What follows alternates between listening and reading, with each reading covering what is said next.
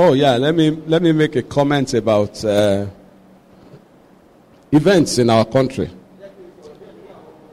For those of us who have been praying, who are concerned about Nigeria, I want to make a comment. Last week, APC did their, was it last week? Yeah, it was last week. APC did their primaries and they picked their presidential candidates, or whatever they call the person. And I've gotten so many messages, people sending me messages, asking me questions and things like that. As a matter of fact, when I saw the thing, I was shocked myself. I said, why would they choose that guy? But why can't they? He's a Nigerian. And people ask me questions. But there was a prophecy that Osinbajo was going to be the president of Nigeria thereafter. And of course, I knew. And I was wondering myself. You know, I was in Iletura and I went to Ileanu to do some supervision. And a message came out on Thursday. And I saw it. Is it true? So I went to the presence of God and I asked him questions also. My first response was shock. I said, Uluwa, what happened? How did they choose him? He didn't answer me. After some time, I started thinking again, why didn't God answer me? And I said, I have offended God. And I began to apologize. I said, I prophesy wrong in your name. Oh. Apparently, whatever I prophesied, I got it from someone else, not you. So I began to apologize to God. You know, in the Old Testament, the Bible said, any prophet who said something that is not from God should be stoned to death. So I said, Lord, I'm ready to die now. I've disobeyed your instruction. I've given a wrong impression on your behalf. He didn't say anything. I kept on my prayer, all my talking. And then at a point I said, so Lord, when I leave this place, I'm going to do a video and tell the world that I'm sorry, I prophesied wrongly. At that time, he now spoke. He said, did I ever tell you that Osinbajo will win primary?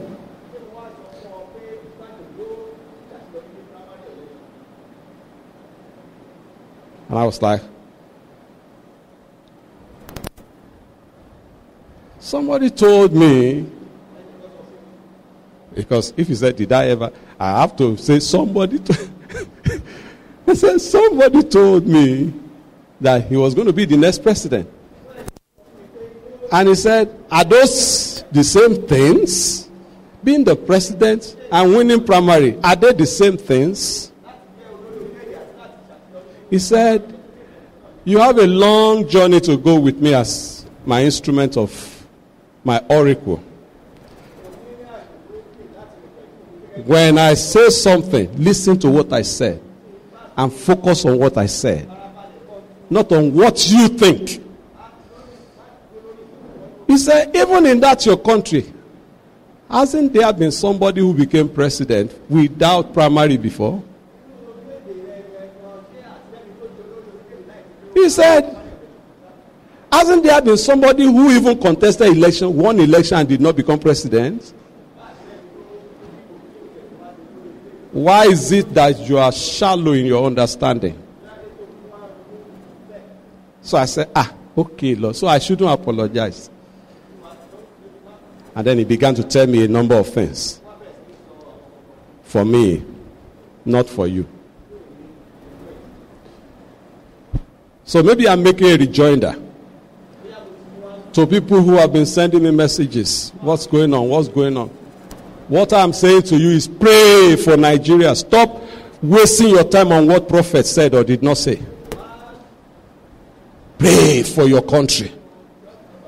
Do you know that the fact that God says something does not mean it will happen until you pray it into reality?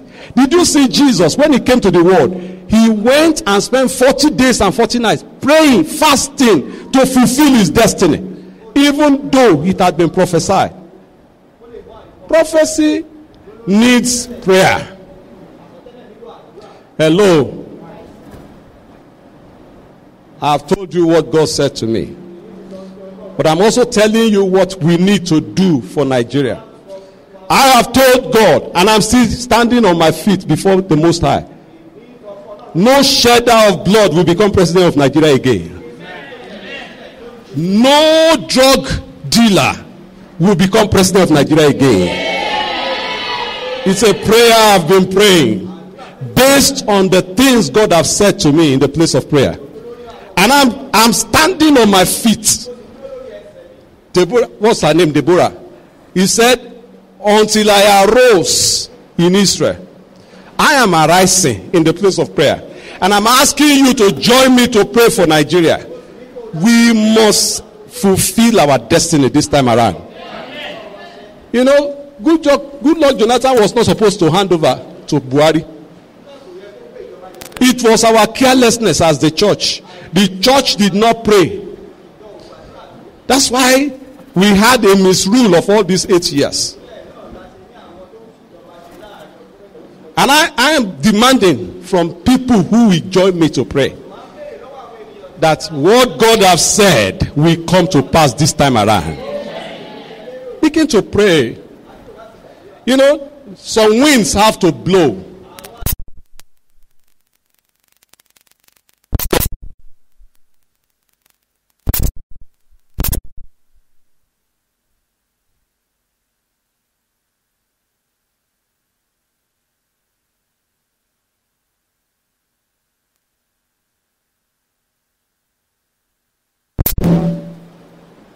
And when the wind begins to blow, calendars will change, schedules will change, and purpose will be done.